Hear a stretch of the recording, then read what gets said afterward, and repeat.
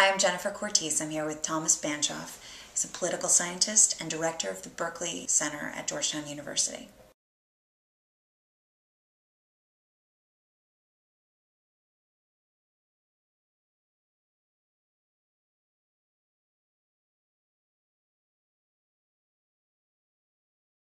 The center was created 4 years ago in the office of the president here at Georgetown to help build knowledge about religion and world affairs and promote intercultural and interreligious understanding. We're a research center, we're engaged in outreach, we're trying to promote dialogue and understanding more broadly, but we are a university, and our bread and butter is working with students, teaching students, trying to reach students in new ways, in the classroom, outside the classroom. Working with Project Rebirth is a key part of our strategy. We're dealing with kids who may remember September 11th, but most of their conscious lives has been since that time, and of course when it happened they had no grasp of what was going on.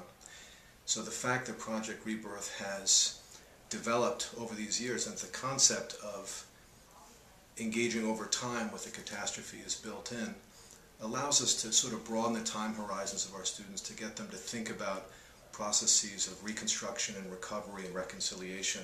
All of the conflicts we see in the world around cultural and religious differences have this time horizon, have this historical horizon, and we're trying to integrate that. I think that's one of the messages of Project Rebirth into our curricular work and into some of our outreach work as well. Before I took over the center, lived in Germany for many years, wrote about Germany's reconstruction after World War II, also coping with a disaster, an unimaginable catastrophe of war, dictatorship, and genocide. And it took decades, in fact it's still an ongoing process, of reflection, of learning in families and communities, of communication, of sharing stories. And I see Project Rebirth as parallel to that in some sense, as another example of how human beings must, over time, learn to cope, reconstruct physically their cities, their buildings, but also their lives, and do so in dialogue with one another. What's your perspective on media and how it interrelates with all this? Well, film is the master medium. I mentioned our young people. It's true for faculty as well. People go to films. It's where we learn, I think, some of the most important life lessons in the cinema.